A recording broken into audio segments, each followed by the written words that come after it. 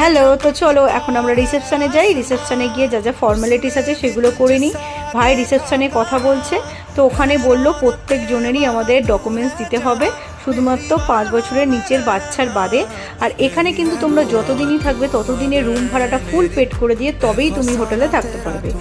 আর এখানে আমরা সেকেন্ড ফ্লোরে রুম নিয়েছি। তবে দীঘাতে একটা প্রবলেম হয়, শুক্র শনি রবিবার এলে কিন্তু ঘর ভাড়াটা অনেকটাই বেশি থাকে, আর বা আদার্স দিনে ঘর ভাড়াটা অনেকটা কম থাকে। তোমরা চাইলে শুক্র শনি রবিবারটা অ্যাভয়েড করতে পারো।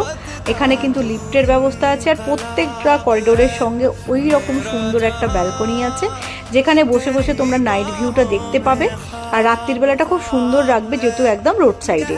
আর এটা নিয়েছি আমরা 203 নম্বর রুম, যেটা ডবল বেডরুম ছিল। আর ওদিকে একটা নিয়েছি 209 নম্বর রুম, যেটা সিঙ্গেল বেডরুম ছিল। তো দেখতে পাচ্ছ কি সুন্দর ওয়েল ডেকোরেট করা, আর করিডোরটাও দেখলে কত সুন্দর সাজানো। এটা একটা এসি রুম, সঙ্গে স্মার্ট টিভি আছে, উইথ ইলেকট্রিক কেটেল দিয়ে দিয়েছে গরম জলের জন্য। এখানে একটা সুন্দর ক্যাবিনেট আছে, সঙ্গে দুটো ব্ল্যাঙ্কেট দিয়েছে। আর এখানে একটা কিউট ড্রেসিং টেবিল আছে, সঙ্গে লাইটিং আছে। আর সব থেকে আমার যেটা ভালো লেগেছে সেটা হচ্ছে ওয়াশরুমটা নিট অ্যান্ড ক্লিন ছিল, যেটা সবসময় থাকা প্রয়োজন।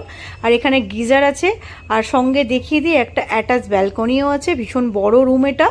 আর দেখতে পাচ্ছ এইখান থেকে ব্যালকনির পুরো ভিউটা এখান থেকে তোমরা দেখতে পাবে। তো এখানে দেখতে পাচ্ছ আমরা ভিডিও বানাচ্ছি, তো নেক্সট ভিডিওতে তোমাদের আরও সব কিছু শেয়ার করব।